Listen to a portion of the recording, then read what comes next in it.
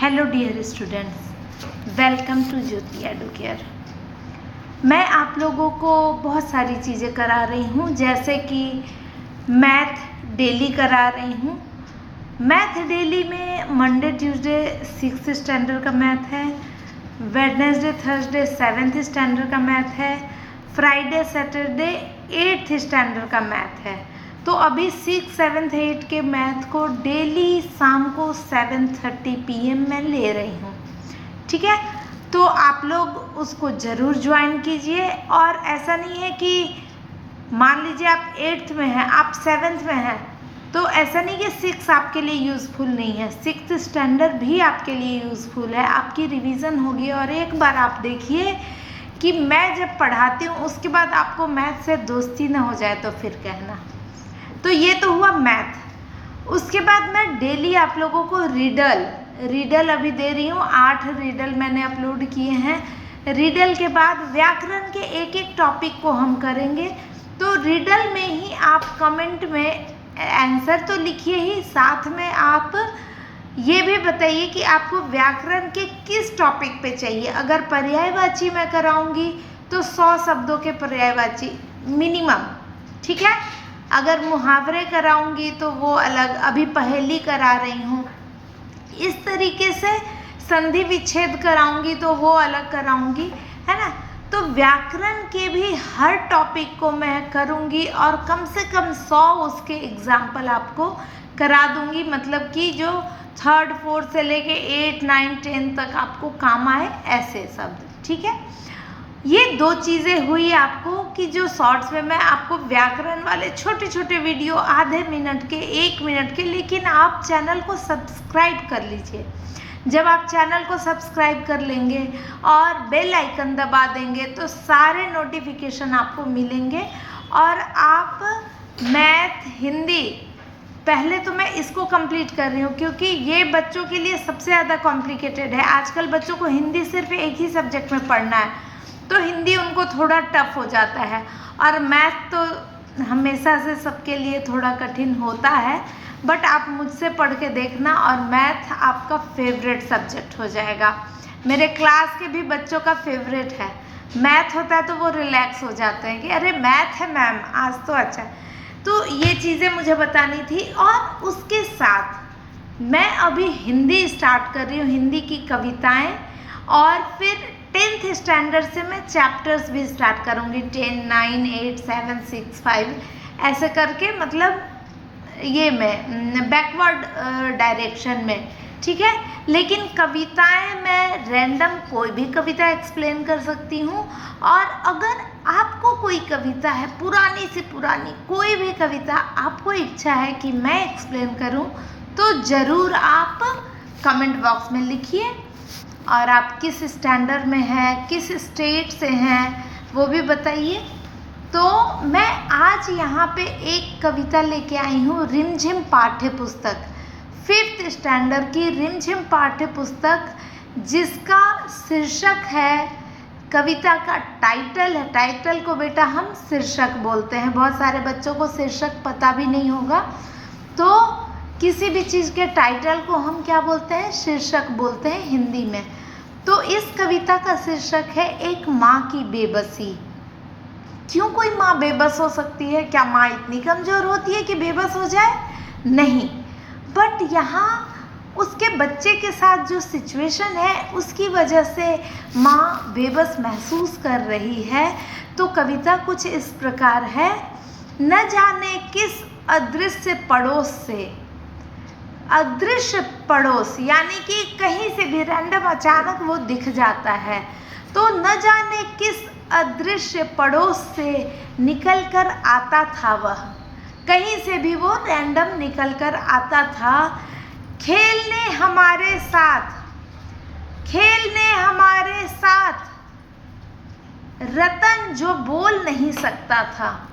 तो एक बच्चा है रतन नाम का, जो कहीं से भी निकलता हुआ दिखता था और वो खेलता था बच्चों के साथ, ठीक है।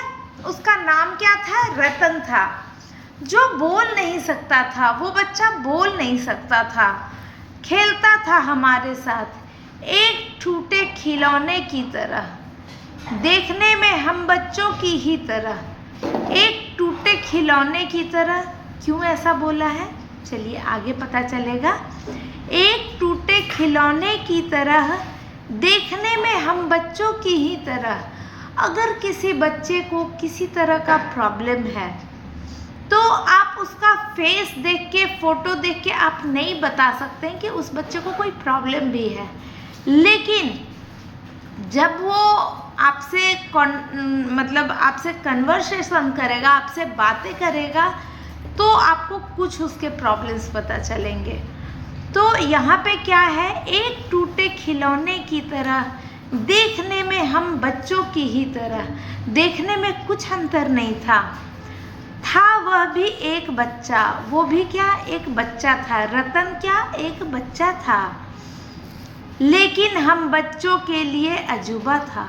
लेकिन जो बच्चे उसके साथ खेलते थे उनके लिए वो अजूबा था, कुछ अलग था। उनको, बच्चों को ये पता चलता था, ऐसे बाहर से जो देख रहे हैं उनको नॉर्मल लग रहा है, लेकिन बच्चों को ये पता चलता था कि ये कुछ अजूबा था। लेकिन हम बच्चों के लिए अजूबा था क्योंकि हमसे भिन्न था। भिन्न यानी डिफरेंट। तो क्योंकि हमसे भिन्न था यानी कि इनसे अलग था। थोड़ा घबराते भी थे हम उससे। अब अगर कोई स्पेशल चाइल्ड हो या स्पेशल पीपल हो तो क्या होता है, वो उनकी एक्टिविटी देख के जो सामान्य लोग होते हैं वो थोड़ा हेजिटेट करते हैं, संकोच करते हैं, और कभी कभी वो डरते भी हैं। उन्हें वो चीज़ नया लगता है, अलग लगता है, अजूबा लगता है, तो वो लोग उससे कंफर्टेबली नहीं अपना इंटरेक्शन कर पाते हैं। हालांकि हमें नॉर्मल बिहेव करना चाहिए, बट कई बार नहीं कर पाते हैं। गलती किसी की नहीं है, वो सिचुएशन ऐसा होता है। तो यहाँ पे बच्चे क्या बोलते हैं, थोड़ा घबराते भी थे हम उससे। तो बच्चे क्या है, थोड़ा उससे घबराते भी थे क्योंकि समझ नहीं पाते थे। तो क्या है, वो समझ नहीं पाते थे वो क्या बोल रहा है, क्योंकि वो थोड़ा भिन्न था, अजूबा था, ये बच्चे बता रहे हैं, क्योंकि बच्चों ने उस बच्चे से, रतन से इंटरेक्शन किया था। तो क्योंकि समझ नहीं पाते थे उसकी घबराहटों को, वो बच्चा क्या है, वो घबराता था। तो क्योंकि समझ नहीं पाते थे उसकी घबराहटों को, न इशारों में कहीं उन बातों को, वो बच्चा रतन जो था वो घबराता था, वो डरता था।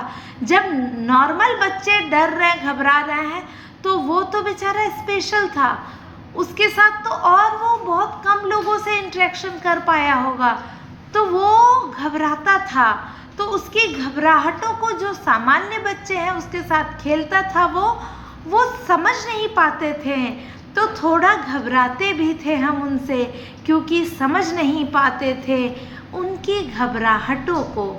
रतन की घबराहटों को जो बच्चे हैं वो समझ नहीं पाते थे, न इशारों में कही उसकी बातों को। बच्चे इशारों में कही रतन की बातों को भी नहीं समझ पाते थे। हर समय दिखती उसके अंदर की छटपटाहटों को। तो हर समय क्या है, रतन के अंदर कुछ छटपटाहट थी, कुछ बेचैनी थी। तो जितनी देर वह रहता, पास बैठी उसकी माँ, तो वो बच्चा जितनी देर आता था खेलने, उसकी माँ वहीं पास बैठती थी। आप देखिए, आप अगर 5th स्टैंडर्ड में हैं तो आप 10-11 ईयर के होंगे। तो क्या आप खेलने जाते हैं तो आपकी माँ आपके साथ बैठती है हमेशा, हर दिन? नहीं, कभी कभी अलग बात है, बट मोस्टली क्या होते हैं कि 10-11 साल के बच्चे खुद से खेल के आ जाते हैं, खुद से नीचे खेलने जाते हैं, ग्राउंड में खेलने जाते हैं, घर के बाहर खेलने जाते हैं और खुद से घर आ जाते हैं। पर जितनी देर वह रहता, पास बैठी उसकी माँ पास बैठे रहती थी, निहारती रहती उसका खेलना। माँ बेचारी, जब वो बच्चा कुछ ऐसे है कि उसको तकलीफ़ें हैं, वो सामान्य हर एक्टिविटी नहीं कर पा रहा है, तो माँ उसकी क्या तरस जाती थी, उसकी आंखें तरस जाती थी अपने बच्चे को सामान्य सी हरकत करने के लिए, देखने के लिए। तो जितनी देर वह रहता, पास बैठी उसकी माँ निहारती रहती उसका खेलना। उसकी माँ क्या करती थी, वो निहारती रहती थी। निहारना मतलब कि बहुत प्यार से एकटक देखे जाना, देखे जाना, देखे जाना, मतलब कि नज़र ही न हटे वहाँ से और वो देखते रहना। अब जैसे जैसे कुछ बेहतर समझने लगा हूँ, तो अब क्या है, अब बच्चे खेलते खेलते धीरे धीरे समझने लग गए हैं। तो अब जैसे जैसे कुछ बेहतर समझने लगा हूँ, उनकी भाषा जो बोल नहीं पाते हैं, तो रतन क्या था, वो बोल नहीं पाता था। याद आती रतन से अधिक उसकी माँ की आँखों में झलकती उसकी बेबसी। तो जो कवि हैं कुंवर नारायण जी, ये NCERT की रिमझिम पाठ्य पुस्तक कक्षा 5 की कविता है। तो यहाँ पे कवि कहते हैं कि कुछ बेहतर समझने लगा हूँ। कवि के बचपन की ये घटना है और वो बोल रहे हैं कि कुछ बेहतर समझने लगा हूँ। उनकी भाषा जो बोल नहीं पाते हैं, और उन्होंने रतन के साथ खेलते खेलते जो बोल नहीं पाते हैं, उनकी भाषा को वो समझने लगे हैं। उसकी भाषा जो बोल नहीं पाते हैं, याद आती रतन से अधिक। तो कवि को क्या, रतन की तो याद आती है, रतन से अधिक उसकी माँ की आँखों में झलकती उसकी बेबसी। उसकी माँ अपने बच्चे को खेलता हुआ निहारती ही रहती थी, एकटक देखी जाती थी, लेकिन उसका बच्चा बोल नहीं पाता था। तो रतन की माँ के आँखों में एक बेबसी झलकती थी। रतन की माँ के अंदर भी एक इच्छा होती थी कि काश मेरा बच्चा भी सारे बच्चों की तरह बोल पाता। और यही है, ये कविता का शीर्षक इसीलिए लिखा गया है, एक माँ की बेबसी। तो यहाँ पे कवि कुंवर नारायण जी ने यहाँ पे समझाया है कि एक माँ अपने बच्चे के लिए कितना ज़्यादा उसके दिल में अरमान होते हैं, कितने ज़्यादा उसके मन में शौक़ होते हैं। हर माँ अपने बच्चे को आगे बढ़ता हुआ और सफल होता हुआ, खुश होता हुआ, आनंद में रहता देखना चाहती है। अगर कोई बच्चा किसी तरीके से, किसी भी स्थिति में, अगर कोई बच्चा परेशानी में है, फिर भी वो माँ चाहती है, हर कोशिश करती है कि मेरा बच्चा सामान्य बच्चों की तरह हर वो काम करे जैसे सारे बच्चे कर रहे हैं, और माँ अपना जी जान लगा देती है। इस बात पे मैं एक एग्जाम्पल आपको दूंगी। इस बार एक राज नाम के बच्चे ने, मतलब स्टूडेंट ने IAS का एग्ज़ाम निकाला।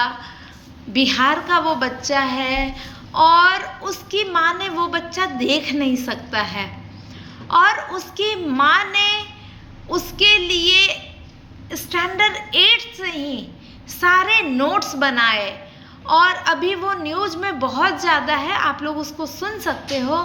तो 8th स्टैंडर्ड से 8वीं कक्षा से उसकी माँ ने हर नोट्स बनाए, उस बच्चे के लिए पढ़े, उसको सुनाए, और वो बच्चा याद किया, और आज वो IAS बन गया है, और हर जगह उसकी माँ का सम्मान हो रहा है। तो वो माँ भी वो बता रही थी कि मैं कभी कभी बेबस महसूस करती थी, और महीने में एक बार हम दोनों माँ बेटे फूट फूट कर रोते थे, लेकिन आज जब सफलता मिली तब उस माँ का सर गर्व से ऊंचा है।